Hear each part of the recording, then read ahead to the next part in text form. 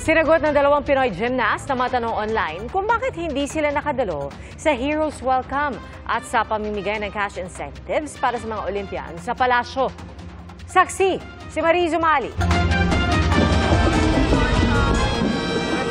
Mula sa paglapag ng kanilang chartered flight hanggang sa inihandang programa at pamimigay ng cash incentives sa Malacanang, grande ang salubong sa pag-uwi ng mga atleta mula sa 2024 Paris Olympics.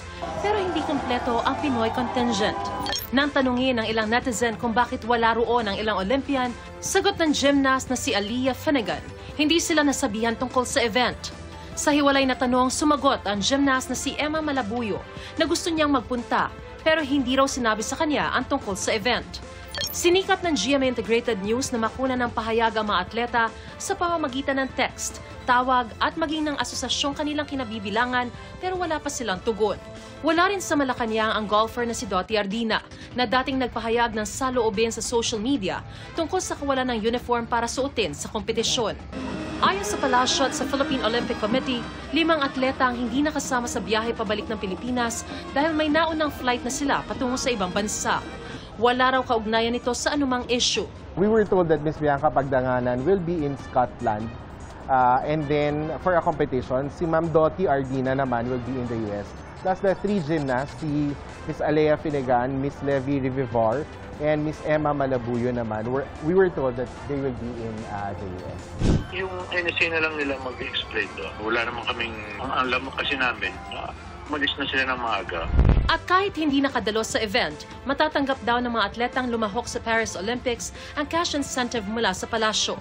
Wala pong may iwan. Isa-isa sila meron. The athletes, the coaches should coordinate with the Philippine Sports Commission para ma-refer sila sa point person ng Office of the President para ma-claim. And if ever na hindi makiklaim personally ng athletes or ng coach, they need to submit an authorization letter and the IDs. May dagdag na gantimpala para kay 2-time gold medalist Carlos Yulo mula naman sa isang car company. Tatanggap siya ng high-end SUV na sana raw ay makapagdadala kay Yulo sa mas mataas pang tagumpay. Bilang gantimpala para sa sarili ang nakamit ni Carlos at ng iba pang mga Olympian sa kanilang pagsabak sa Paris 2024 Olympics. Gantimpala rin ito sa buong sambayan ng Pilipino dahil ang bitbit nilang 2 ginto at 2 bronze para sa bansa ang naglagay sa atin sa #1 slot sa buong Southeast Asia.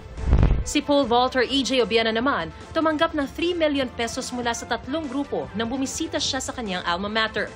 Sa inilabas na ranking ng World Athletics pagkatapos ng Olympics, bumaba sa 2nd pwesto si EJ mula sa pagiging world number 2. Nakatakdang mag-host si EJ ng world-class pole vault meet sa Pilipinas sa Setyembre. Kasama sa mga plano imbitahan ng Olympic gold medalist at world number 1 na si Armand Duplantis. Gahanda naman ang Heroes Welcome ang LGU sa Santa Cruz, Davao del Sur para kay Olympic bronze medalist Nesty Petesio sa August 22. Disyembre pa huling nakauwi si Nesty bago sumabak sa training sa Olympics ayon sa kanyang mga kaanak. Kaya naman sabik na silang makita siya. Sobrang saya po namin, sobrang saya ko po dahil personal namin makasama si Nesty para mapadama namin sa kanya na ang todo suporta namin bilang pamilya niya nandyan palagi po sa kanya. Excited kami makauwi siya para makasama kami sa parade kung sakali. Para sa GMA Integrated News, Mariz Umali ang inyong saksi. Mga kapuso, sama-sama tayong maging saksi. Mag-subscribe sa GMA Integrated News sa YouTube at para sa mga kapuso abroad, samahan niyo kami sa GMA Pinoy TV at sa www.gmanews.tv.